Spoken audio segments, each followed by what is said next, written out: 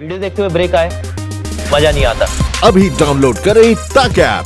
तो देश में कोरोना के मामले भी अब देखिए 70,000 के पार जा चुके हैं। लगातार हम आपको इसकी तस्वीर भी दिखा रहे थे, लेकिन आज जो ताजा आंकड़े सामने आए हैं उसके मुताबिक अब तक कोरोना के कुल 70,000 से ज्यादा केसेस रिपोर्ट हुए हैं, जिसमें से 46,000 मामले सक्रिय हैं, एक्टिव केसेस हैं।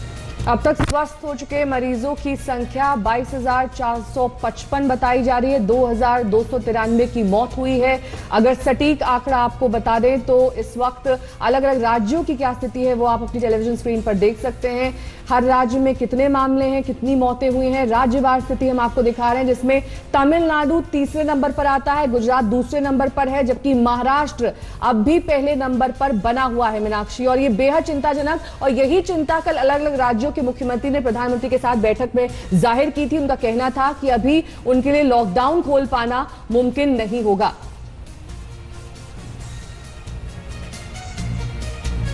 लगभग 20 से 25 लाख प्रवासी कामगार और श्रमिक वापस अपनी भूमि पर आ रहा है।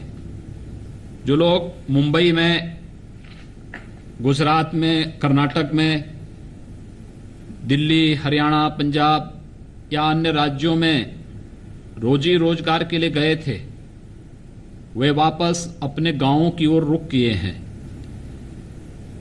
अभी पिछले पहली मार्च से लेकर अब तक 10 लाख से अधिक प्रवासी कामगार और श्रमिक वापस आया है, और मेरा अनुमान है कि अगले 10 दिन के दौरान 10 लाख से अधिक प्रवासी कामगार और श्रमिक वापस आएगा। इन सब के लिए अलग अलग जगहों पर उनकी स्किलिंग के अनुसार रोजगार की व्यवस्था बहुत बड़ा काम हो सकता है, और ये संभावनाएं उत्तर प्रदेश राज्य में पहले से मौजूद हैं। इस वक्त बड़ी खबर बंगाल से आ रही है, जहां पर ममता सरकार ने राज्य के स्वास्थ्य सचिव विवेक कुमार को हटा दिया है। विवेक कुमार अब पर्यावरण विभाग संभालेंगे। ये तबादला किया गया है दरअसल जो कोरोना के आंकड़े थे उसमें गड़बड़ी को लेकर। स्वास्थ्य सचिव कई दिन से सुर्खियों में थे। आरोप ये लग रहे थे कि कोरोना के खिलाफ जो इंतजाम है वो ठीक नहीं, खासकर कोरोना के डेटा को लेकर आरोप लगे, और अब सरकार ने उन्हें दूसरे विभाग का रास्ता दिखा दिया है। तो पर्यावरण विभाग में विवेक कुमार का तबादला कर दिया गया है, स्वास्थ्य सचिव बंगाल के। और जो आरोप लगातार डेटा को लेकर लग रहे थे कि कोरोना के मद्देनजर जो आंकड़े हैं उसको लेकर गड़बड़ियों पर यह एक्शन लिया है ममता सरकार ने, और उनका तबादला कर दिया गया है अब पर्यावरण विभाग में। बंगाल में कोरोना मामलों को लेकर मृत्यु दर ज्यादा है बाकी राज्यों के मुकाबले। केंद्र के साथ भी बंगाल सरकार के टकराव की तमाम खबरें इससे पहले सुर्खियों में आती रही हैं। कल जब मुख्यमंत्री ममता बनर्जी प्रधानमंत्री के साथ बैठक में थी तब भी उन्होंने कई मुद्दे उठाए, लेकिन आज ये बड़ा कदम ममता सरकार की तरफ से जब स्वास्थ्य सचिव का तबादला कर दिया गया है। और इस वक्त हमारे पास बड़ी खबर आ रही है अंबाला से, जहां पर नेशनल हाईवे पर बेकाबू कार ने कई मजदूरों को कुचल दिया है। गृह राज्य जा रहे थे ये मजदूर और कार ने इन्हें कुचल दिया। नेशनल हाईवे पर यह हादसा हुआ जब तेज रफ्तार कार मजदूरों के ऊपर से गुजर गई। ये मजदूर अपने राज्य पैदल ही निकल गए थे और कार की चपेट में आ गए। हमने पहले कई रिपोर्ट ऐसी दिखाई है मीनाक्षी, जिसमें किस तरीके से मजदूर अपनी जान हथेली पर लेकर इसी तरह से घंटों मीलों का सफर तय करते हैं सड़क पर यूं पैदल चल के, और अपने गृह राज्य पहुंचने की कोशिश करते हैं, लेकिन कई बार इस तरह के हादसे पेश आ जाते हैं। अंबाला में अब ये मामला सामने आया है, जहां पर ये मजदूर कार की चपेट में आ गए। एक की हालत नाजुक बताई जा रही है और एक मजदूर की मौके पर मौत हो गई। मीनाक्षी, लॉकडाउन 3 अपने अंतिम चरण में है। लॉकडाउन 4 होगा, किन राज्यों में होगा, इस पर अभी कयास ही लगाए जा रहे हैं, जिसे लेकर कल भी प्रधानमंत्री नरेंद्र मोदी ने बैठक बुलाई थी। कल की महाबैठक में ज्यादातर मुख्यमंत्रियों का जो अंदाज दिखा उससे तो यही लग रहा है कि लॉकडाउन बढ़ेगा, लेकिन इसका तेवर बदल जाएगा। कोरोना की रफ्तार भी इस वक्त डरा रही है। देश में अब तक कुल मामले 70,000 के पार हो गए हैं। चिंता की बात यह है कि इसे काबू में कैसे लाया जाए, और कल प्रधानमंत्री ने भी ये कहा कि सबसे बड़ी चुनौती इस वक्त ये है कि ग्रामीण क्षेत्रों तक कोरोना न पहुंचे। लॉकडाउन 3.0 खत्म हो रहा है। 17 मई लॉकडाउन पार्ट 3 का आखिरी दिन होगा। कल की महाबैठक के बाद कयासबाजी शुरू हो गई है कि क्या लॉकडाउन बढ़ेगा, क्या लॉकडाउन 4.0 आएगा। कोरोना की जंग और लॉकडाउन को लेकर कल प्रधानमंत्री मोदी और राज्यों के मुख्यमंत्रियों के बीच 6 घंटे लंबी मैराथन वीडियो कॉन्फ्रेंसिंग चली। बैठक में प्रधानमंत्री ने सभी राज्यों से 15 मई तक सुझाव मांगे।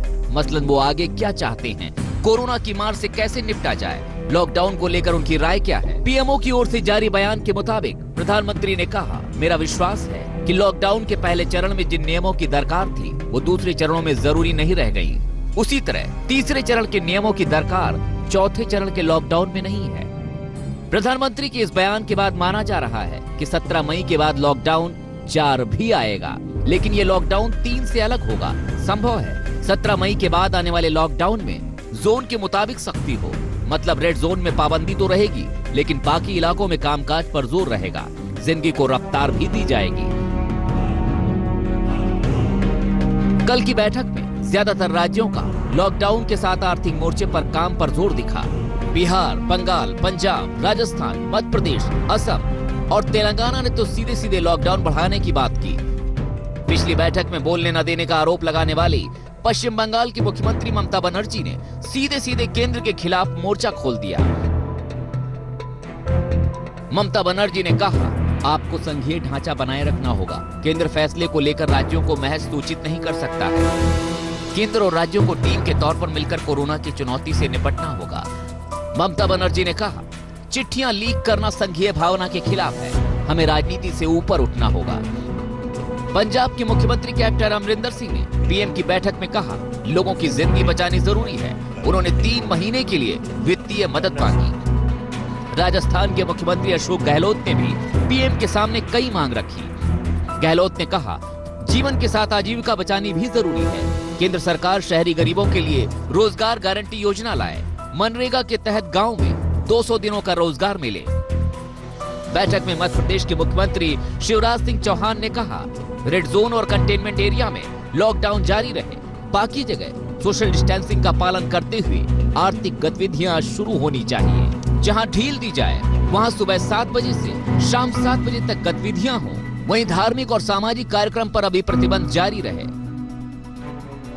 वहीं असम के मुख्यमंत्री ने कहा, लॉकडाउन को 2 हफ्ते तक बढ़ाया जाए और एक राज्य से दूसरे राज्य में लोगों की आवाजाही को बंद किया जाए। आज तक ब्यूरो। तो आज से भारतीय रेल आम यात्रियों के लिए दोबारा शुरू की जा रही है और ये सेवा आज शाम से शुरू होगी। दिल्ली से देश भर के 15 शहरों को ये ट्रेनें जोड़ेंगी। हालांकि आज सिर्फ 8 ट्रेनें ही चलेंगी। कल ट्रेन की बुकिंग शुरू होने के बाद थोड़ी देर में सारी सीटें फुल हो गई थी, वेबसाइट तक क्रैश हो गई थी, लेकिन कल रात से ही यात्री स्टेशन के बाहर जुटना शुरू हो गए। करीब 50 दिन बाद वो घड़ी आ गई जब आम यात्रियों के लिए ट्रेन के पहिए दोबारा घूम रहे हैं। मंगलवार को मंगल यात्रा की उम्मीद के साथ स्टेशनों के पास यात्रियों की चहल पहल शुरू हो गई। लॉकडाउन और सोशल डिस्टेंसिंग के दौर में स्टेशनों पर पहुंचना भी किसी जंग से कम नहीं। नई दिल्ली स्टेशन में एंट्री के इंतजार में खड़ी राधा रात को ही स्टेशन तक सफर पर निकल पड़ी थी। कौन सी ट्रेन है, मतलब जो अभी चालू हुई है दिल्ली से बेंगलोर तक जाने वाली, ऑनलाइन मैंने बुक कराया है, टिकट ऑनलाइन हो गई है। ऑनलाइन की बुकिंग से मैं जा रही हूँ। अभी सुबह ही यहाँ पर पहुँच गई हैं। हाँ, क्या करे, कोई साधन नहीं मिल रहा है, कोई टैक्सी नहीं, कोई आने को तैयार नहीं। यहाँ पर एक ही बंदा था तो बोल रहा था 1000 रुपया लूंगा, तो मैं बोली ठीक है। कंफर्म टिकट लेकर स्टेशन के बाहर डटे भूपेश को यहाँ तक पहुँचने का कोई साधन नहीं मिला तो गुरुग्राम से यहाँ पैदल ही पहुँच गए। घर पहुँचने के लिए हर कीमत छोटी है। साधन नहीं थे, इस कारण से मेरे को पैदल चलना पड़ा। कुछ दूर पैदल चला, 12-15 किलोमीटर पैदल चला। उसके बाद मेरे को एक टैक्सी मिल गई थी, टैक्सी वाले ने फिर यहाँ तक मुझे छोड़ दिया। मैं पर पैदल मुझे रात में इसलिए चलना पड़ा क्योंकि मुझे पता नहीं था कि मुझे साधन मिलेगा या नहीं मिलेगा, इसलिए मैंने समय से पहले आने की कोशिश करी और मैं समय से पहले आ गया। कहाँ तो ये लग रहा था कि संक्रमण के इस भारी दौर में ट्रेन से सफर करने की हिम्मत शायद ही कोई कर पाए, लेकिन कल से शुरू हुई टिकट बुकिंग ने सारे अनुमान हवा कर दिए। बुकिंग में शुरू होने में कई बार मुश्किलें आई। वक्त शाम 4 बजे से 6 बजे कर दिया गया, लेकिन जब बुकिंग खुली तो सीटें बिकने में देर नहीं लगी। 1.5 घंटे के अंदर ही 18,000 टिकट बुक हो गए। अगले 2 घंटे में ये तादाद 30,000 तक पहुंच गई। बुकिंग बंद होते होते 54,000 सीटें बुक हो चुकी थी और ये सारे टिकटधारी सुबह से अपने अपने स्टेशन पर जुटने लगे। हमारे साथ कुछ ऐसे भाग्यशाली लोग हैं जिनको पहली ट्रेन में टिकट मिल चुकी है। गुरुग्राम से पैदल चलकर आए हैं, कंबल साथ लाए हैं क्योंकि ट्रेन में कंबल और बिस्तर नहीं मिलेगा। तो इन सारे लोगों से हम बात करते हैं। आप लोगों ने कल कितने बजे टिकट बनवा लिया था अपना? ये 6-6:15 बजे लगे हुआ है। 6:15 बजे करीब। और आप लोग करते क्या हैं? पहले मारुति में काम करते थे। अब करते थे मतलब? वहाँ से 7 महीने हो गए हमारे, पहले 7 महीने के लिए रखा था। अच्छा, 7 महीने के लिए कॉन्ट्रैक्ट पे था, कॉन्ट्रैक्ट खत्म हो गया और फिर आप लोग यहीं फंस गए। जी। तो टिकट 6 बजे हुआ, उसके बाद कब चले आप लोग वहाँ से? हम सुबह 3:30 बजे से निकले हुए। जो 15 ट्रेनें चलने वाली हैं, उनमें से 8 ट्रेनें आज ही रवाना होंगी। ये ट्रेनें हैं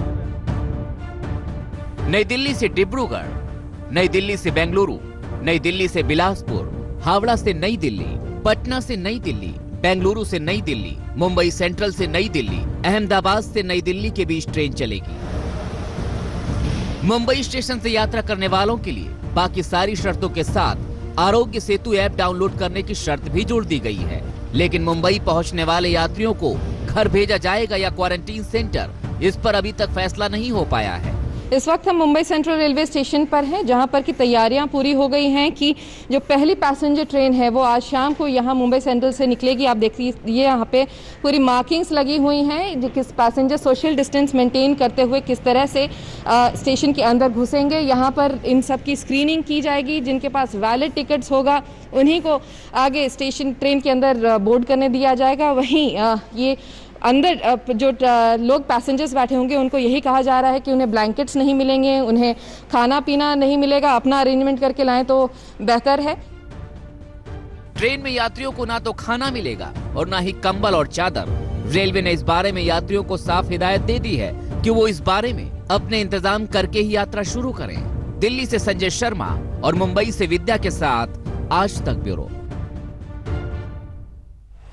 आज से आम लोगों के लिए ट्रेन सेवा बहाल हो रही है। 22 मार्च के जनता कर्फ्यू के दिन सारी ट्रेनें रोक दी गई थी। करीब 50 दिन बाद आम लोग ट्रेन के जरिए अपने घर तक पहुंचने का अब जरिया उन्हें मिल गया है।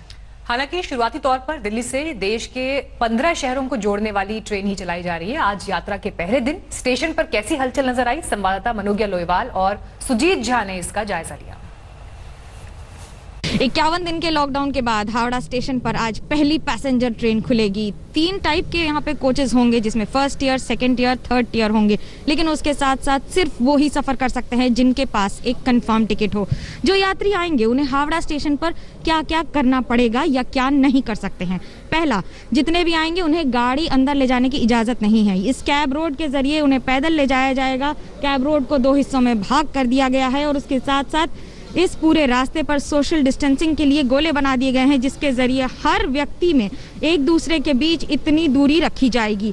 चारों ओर आरपीएफ के जितने पर्सनल हैं वो तैनात रहेंगे और उसके साथ साथ जो भी व्यक्ति घुसेगा उसकी मेडिकल स्क्रीनिंग की जाएगी। इसका मतलब है उसके शरीर का तापमान और बाकी चीज़ों को भी एग्जामिन किया जाएगा। लगभग 50 दिनों के बाद आज पटना से पैसेंजर ट्रेन खुल रही है और जिनको भी पटना से नई दिल्ली जाना है वो इसमें यात्रा कर सकेंगे। रेलवे के मुताबिक कल से जो टिकट बुकिंग शुरू हुई है 5 मिनट के अंदर पूरी की पूरी ट्रेन फुल हो गई है। और ये ट्रेन जो कि एक राजधानी के शक्ल का है, जिसमें पूरे डब्बे वातानुकूलित हैं, उसमें लोग यात्रा कर सकेंगे। इसमें 9 डब्बे थर्ड एसी के हैं, 7 सेकंड एसी के हैं और 2 फर्स्ट क्लास के डब्बे हैं। करीब 1000 यात्री इससे दिल्ली जा रहे हैं और टिकट अपना बुक करा चुके हैं। रेलवे ने कई गाइडलाइन भी जारी किया है। उन्होंने कहा है कि खाना आपको खुद को लाना है और जो भी व्यवस्था है उसके बारे में जानकारी दी गई है। लेकिन सबसे बड़ी बात कि कौन लोग इसमें यात्रा कर सकेंगे। 6 काउंटर बनाए गए हैं जो कि स्क्रीनिंग के लिए, और स्क्रीनिंग के लिए आप देखिए ये जो सोशल डिस्टेंसिंग का जो ये निशान लगाया गया है, इतनी दूरी पर लोगों को खड़े होना है। तो रेल सेवा बहाल हो गई है, बसें भी चलने लगी हैं, लेकिन मजदूरों की पैदल यात्रा का सिलसिला अब भी थम नहीं रहा है।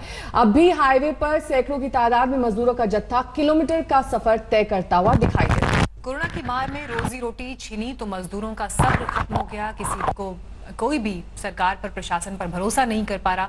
देखिए जयपुर अजमेर हाईवे की ये ग्राउंड रिपोर्ट। शहर छोड़कर घर की ओर मजदूरों का जाना थम नहीं रहा। सरकार की तरफ से चलाई जा रही श्रमिक स्पेशल ट्रेनों से मजदूरों का आना जारी है। आज पंजाब से मजदूरों को लेकर ट्रेन हरदोई पहुंची तो चेहरे खिल उठे। दिल को सुकून। दिल्ली से सटे फरीदाबाद से मध्य प्रदेश के लिए ट्रेन खुली तो मजदूरों की खुशी का ठिकाना नहीं रहा, लेकिन मुंबई के इन मजदूरों को अब भी अपनी बारी का इंतजार है। लॉकडाउन में रोजी रोटी के बेजार मजदूरों को घर भेजने के लिए सरकार ने ट्रेन और बसें तो चलाई, मजदूरों का पैदल जत्था थम नहीं रहा। दिन हो या रात कदम थम नहीं रहे। रोजी रोटी बंद हुई तो सैकड़ों किलोमीटर के सफर पर निकल पड़े। सरकार पैदल जाने पर मना कर रही है। जयपुर अजमेर हाईवे पर रात में भी मजदूरों का काफिला चलता दिख रहा है। किसी को यूपी जाना है तो किसी को बिहार झारखंड। कहाँ से आ रहे हैं आप लोग? हम लोग तो से जोधपुर से आ रहे हैं। जोधपुर से। और आगे कहाँ जाना है आपको? गोरखपुर जाना है। गोरखपुर पैदल ही? कब निकले वहाँ से? आज हो गया 2-3 दिन। जो एक लॉकडाउन था उसमें पूरा खाना मिला आदमी को, जो मिला है। अब से उसके बाद तो कोई चांस ही नहीं है, कहीं कोई आदमी पाता तो कहीं पाता ही नहीं। हाईवे पर डर नहीं लगता? इतनी तेज गाड़ियाँ आ रही हैं, किनारे किनारे चले जा रहे हैं। क्या बताइए ना, इधर बैठे आपको, हम इधर कुछ होटल पर रुकते हैं वो गाली देता है, पानी पीने जाते हैं वो गाली देता है, किसका गाली सुने? रास्ते में किसी ने खाना खुना दिया, वो जो मिलता रहा हमारे को, जो हेल्प किया हमारा किया, और उसके बाद इतने तक पहुंचा, गाड़ी गुड़ी कोई हमारे को हाथ देते हैं, कोई रोकता नहीं है। मजदूर घर वापसी के लिए मजबूर हैं। लॉकडाउन ने रोजगार छीन लिया, मालिकों ने मुंह फेर लिया, तो फिर करें तो क्या करें? उन्हें तो ये भी नहीं पता कि दोबारा हालात कब सुधरेंगे।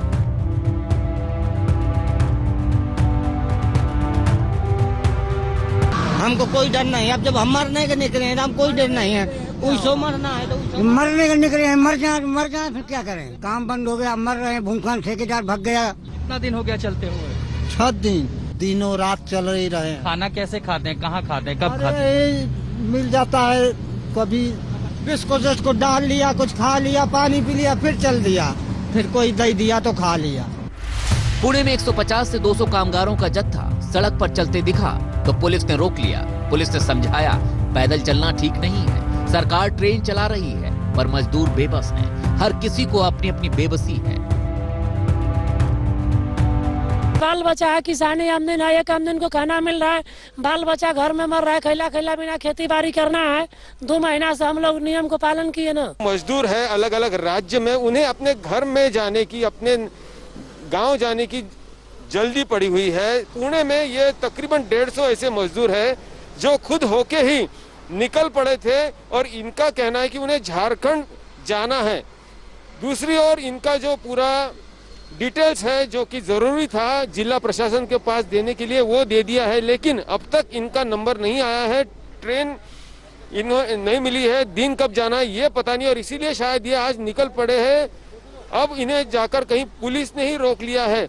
यूपी के उन्नाव में सैलरी न मिलने से मजदूरों का गुस्सा ऐसा भड़का कि वो फुटवेयर कंपनी के बाहर धरने पर बैठ गए।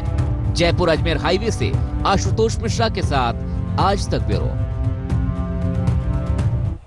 कोरोना की घुसपैठ अब सुपर पावर पर तक पहुंच गई है। अमेरिका में व्हाइट हाउस के 2 स्टाफ कोरोना पॉजिटिव पाए गए हैं। इसके बाद उपराष्ट्रपति माइक पेंस ने सेल्फ आइसोलेशन में जाने का फैसला किया है। अमेरिका में 80,000 से ज्यादा लोगों की कोरोना से मौत हो चुकी है। मामला 13 लाख के पार पहुंच गया है, लेकिन राष्ट्रपति ट्रंप को भरोसा है कि जल्द सब कुछ ठीक हो जाएगा। अमेरिका में कोरोना वायरस को फैलने से रोकने में बुरी तरह नाकाम रहे राष्ट्रपति डोनाल्ड ट्रंप अब करीब से इस खतरे को महसूस करने लगे हैं। कोरोना के पांव अब व्हाइट हाउस की दहलीज में पहुंच गए हैं। अमेरिका की सबसे सुरक्षित जगह व्हाइट हाउस में अब तक कोरोना के 2 केस सामने आ चुके हैं। राष्ट्रपति ट्रंप के वैलेट और उपराष्ट्रपति माइक पेंस के प्रेस सचिव में कोरोना की पुष्टि हो चुकी है। अब चर्चा ये भी शुरू हो चुकी है कि क्या ट्रंप और पेंस को ज्यादा एहतियात बरतने की जरूरत है। He's coming into contact with a lot of people, but again he tested negative, so we have to understand that. But he comes into contact with a lot of people. It's something probably during this quarantine period we'll probably talk about. I have not seen him since then, but I would say that he and I will be talking about that. America में corona से मौत का आंकड़ा 80,000 पार कर चुका है। अब तक यहाँ 13 लाख से ज्यादा केस आ चुके हैं। फिर भी ट्रंप फेस कवर लगाने से लगातार इनकार करते रहे हैं। 73 साल के ट्रंप उस आयु वर्ग में हैं जिसे कोरोना के लिए जोखिम वाला माना जाता है, पर उनका हौसला बुलंद है। वो कोरोना से जंग जीतने की हुंकार भर रहे हैं। We will defeat this horrible enemy. We will revive our economy, and we will transition into greatness. That's a phrase you're going to hear a lot because that's what's going to happen. We're going into the third quarter and we're going to do well. In the fourth quarter, we're going to do very good. And next year, I think we're going to have one of the best years we've ever had because there's a tremendous pent-up demand. America में corona के बढ़ते case के बावजूद Trump lockdown खोलने के पक्ष में हैं। लगातार जानकार ताकीद कर रहे हैं कि इससे तबाही हो सकती है। दुनिया का सुपर पावर भारी पशुपेश में है। आज तक ब्यूरो। नमस्कार, मैं हूं अंजना ओम कश्यप। हमें उम्मीद है ये वीडियो आपको पसंद आया होगा। लेटेस्ट खबरों के लिए यूं ही देखते रहिए आज तक और इस वीडियो के पसंद आने पर लाइक, शेयर एंड सब्सक्राइब करना ना भूलें।